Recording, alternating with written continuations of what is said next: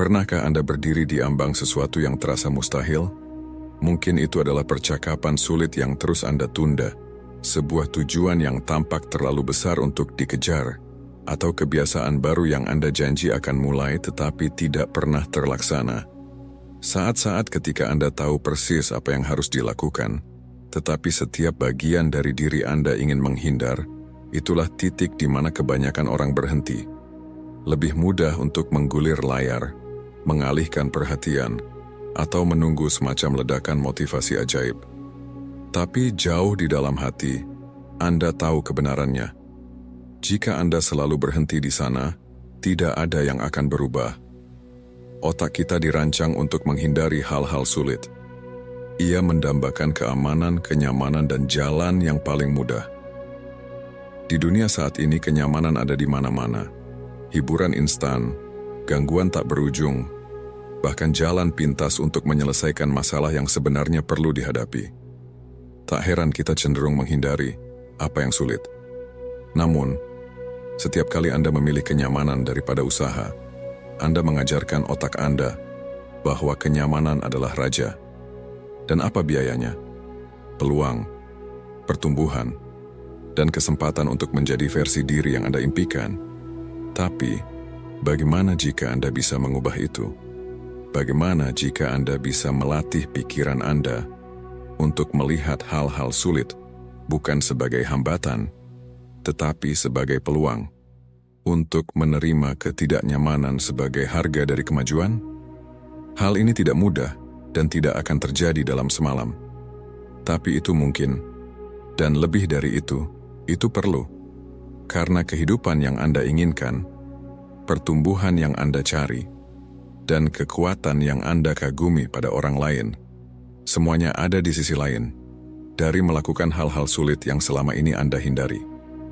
Dalam video ini, kita akan mendalami mengapa menghadapi resistensi itu sulit, apa yang terjadi ketika kita menghindarinya, dan yang terpenting bagaimana cara melatih ulang otak Anda untuk menghadapinya.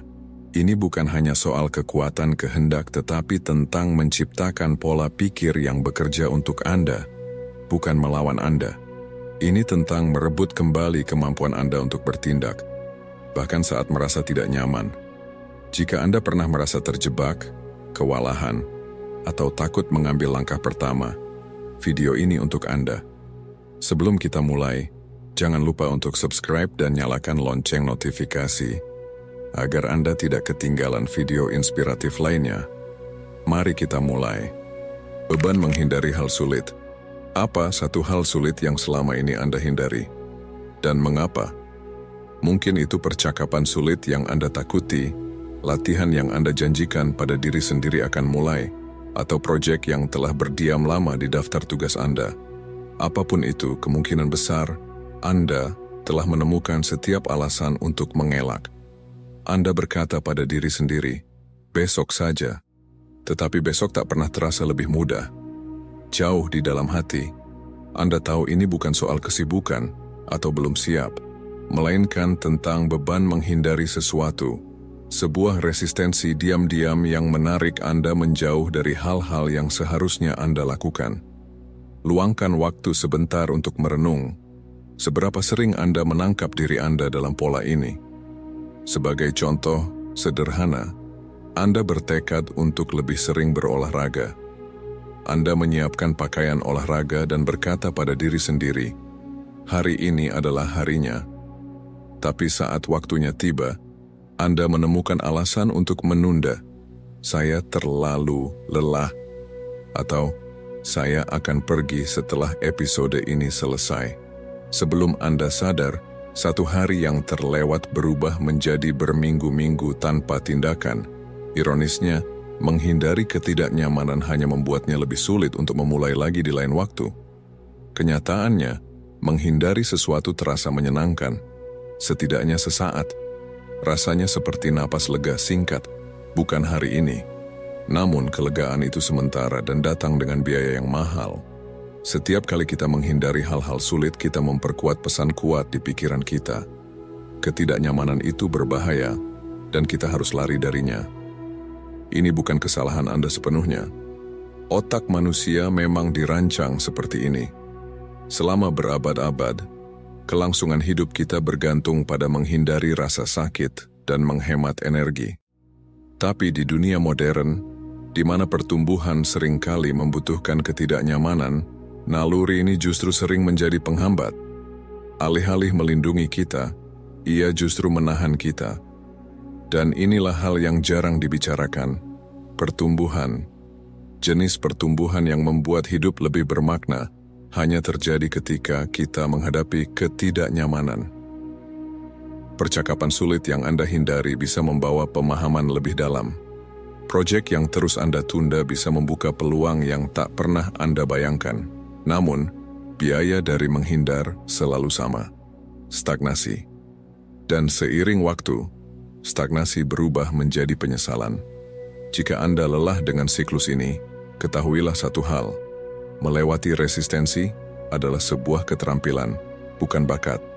Ini bukan soal kekuatan kehendak, tetapi soal belajar mengenali ketidaknyamanan sebagai sinyal, bukan tanda untuk mundur, melainkan untuk maju.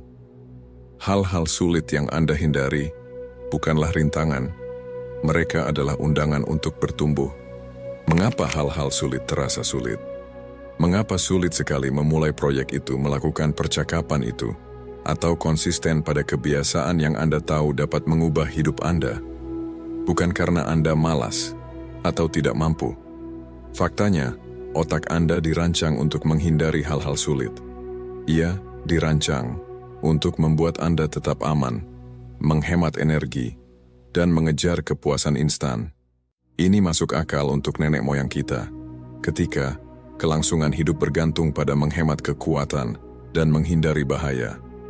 Tetapi di dunia modern, di mana pertumbuhan seringkali membutuhkan ketidaknyamanan, pola pikir ini justru menjadi penghalang.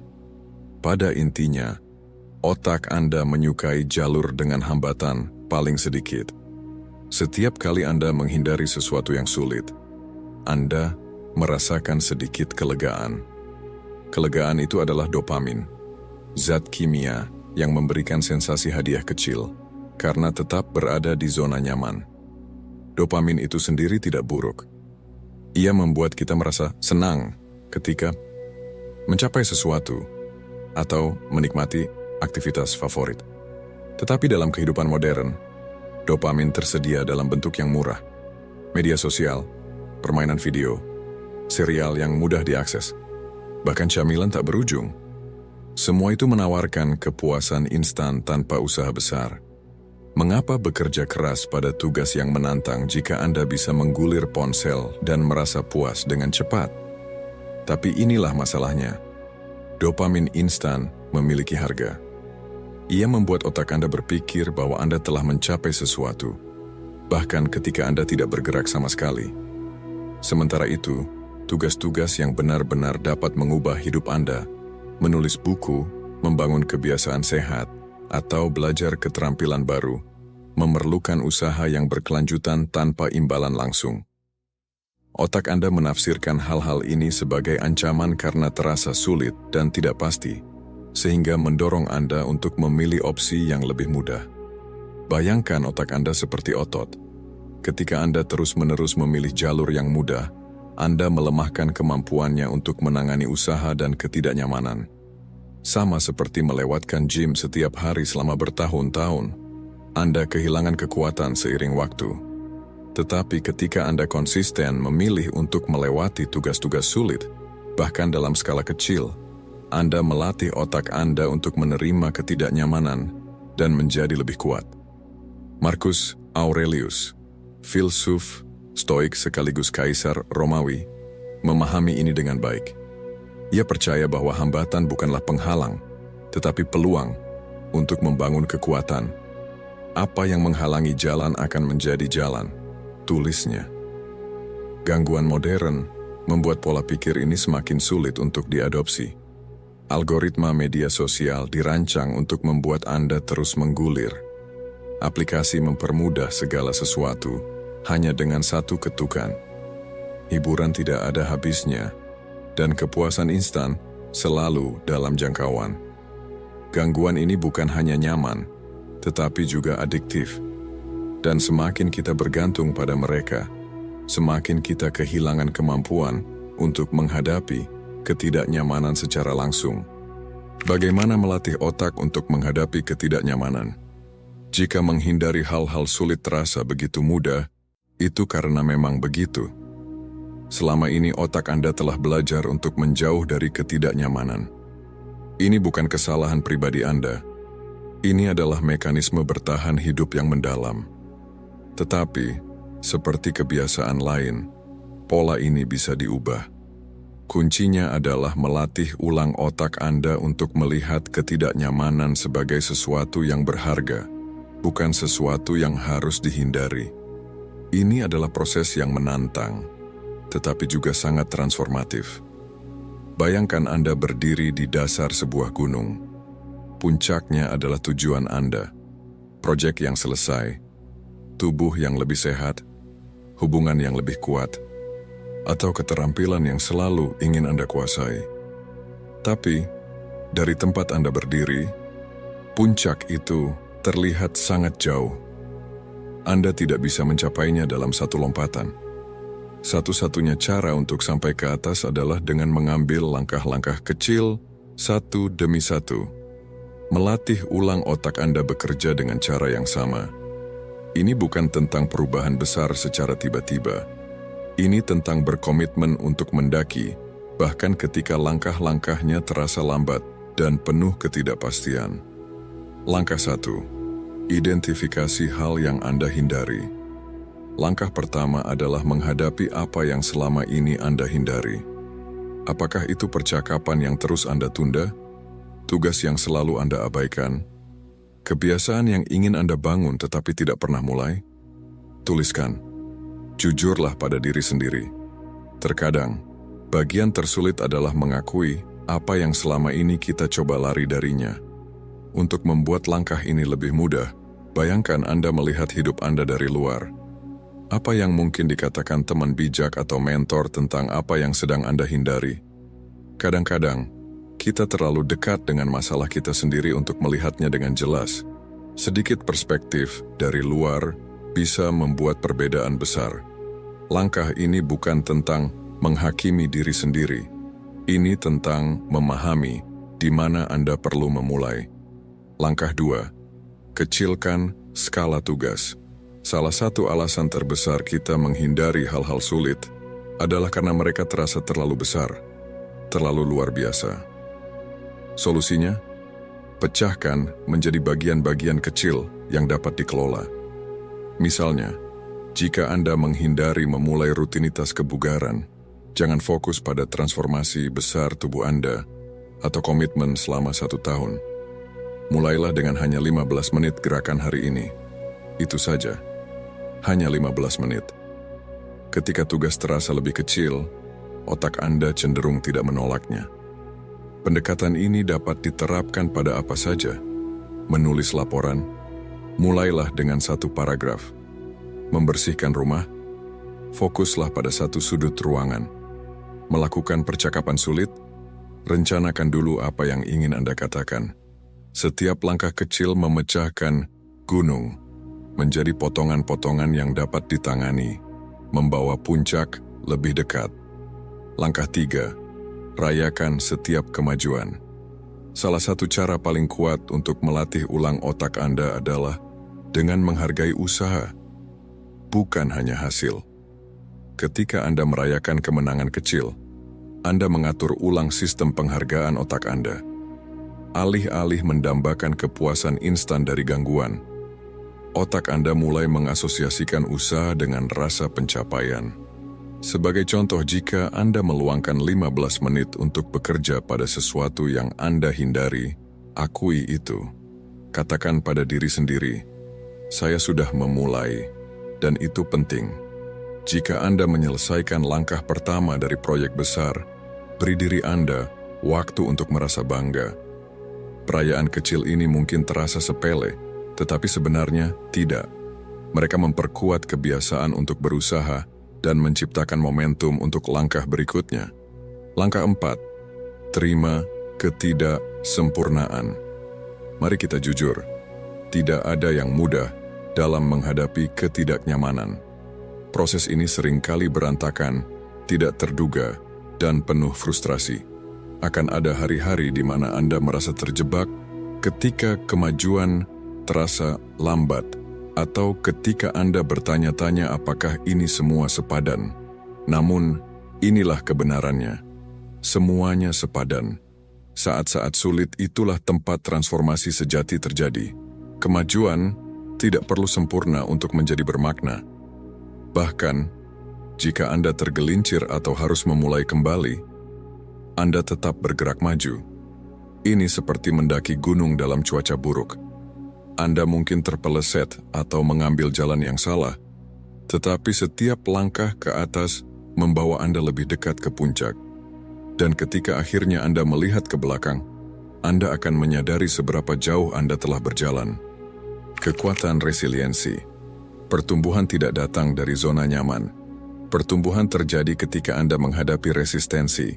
Saat-saat ketika hidup mendorong kembali, ketika semuanya terasa tidak pasti, ketika Anda ingin menyerah tetapi memilih untuk terus maju. Inilah momen-momen yang membentuk diri Anda. Resiliensi, kemampuan untuk bangkit kembali dan menjadi lebih kuat, bukanlah sesuatu yang Anda miliki sejak lahir.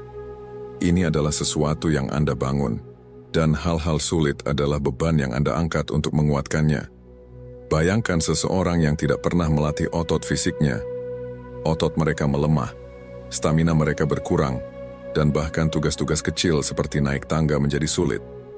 Sekarang bayangkan sebaliknya, seseorang yang melatih otot mereka secara konsisten. Mereka tidak hanya tumbuh lebih kuat secara fisik, tetapi juga membangun kepercayaan diri, daya tahan, dan kemampuan untuk menghadapi tantangan yang lebih besar. Hal yang sama berlaku untuk resiliensi mental dan emosional Anda. Resiliensi hanya tumbuh ketika Anda mendorong batasan Anda. Pelajaran dari hal-hal sulit. Melakukan hal-hal sulit bukan hanya soal mencapai tujuan. Ini tentang siapa Anda menjadi sepanjang perjalanan. Setiap tantangan yang Anda hadapi membentuk Anda, mengajarkan Anda cara untuk menghadapi ketidaknyamanan dengan kesabaran dan tujuan. Kesulitan memaksa Anda untuk berhadapan langsung dengan emosi Anda, rasa takut, frustrasi dan keraguan diri, tanpa membiarkan emosi tersebut mengendalikan tindakan Anda. Seiring waktu, daya tahan emosional Anda semakin kuat, menunjukkan bahwa Anda mampu menghadapi lebih dari yang Anda bayangkan sebelumnya. Selain itu, menghadapi resistensi mengasah kemampuan Anda untuk beradaptasi. Ketika hambatan muncul, Anda belajar berpikir dengan cara yang berbeda, mencari jalan keluar bahkan ketika semuanya tampak buntu. Solusinya mungkin tidak selalu datang dengan mudah, tetapi itulah intinya.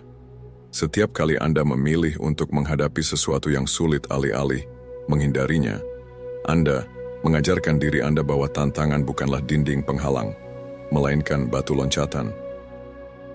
Filsuf Stoik seperti Marcus Aurelius percaya bahwa kesulitan bukan sesuatu yang harus ditakuti, tetapi justru harus diterima. Dalam tulisannya ia menyebutkan, rintangan dalam perjalanan menjadi jalan itu sendiri. Pola pikir ini mengubah cara pandang kita terhadap kesulitan, bukan sebagai hukuman, tetapi sebagai undangan untuk tumbuh. Bayangkan Anda sedang mengangkat beban berat untuk pertama kalinya. Otot Anda terasa tegang, panas, dan tugas itu tampak mustahil. Namun dengan setiap pengulangan, otot Anda mulai beradaptasi, tumbuh lebih kuat, dan lebih mampu. Tantangan hidup bekerja dengan cara yang sama. Kesulitan yang Anda hadapi hari ini mungkin terasa luar biasa, tetapi mereka sedang mempersiapkan Anda untuk tantangan yang lebih besar di masa depan. Setiap hal sulit yang Anda taklukkan adalah investasi dalam kekuatan batin Anda.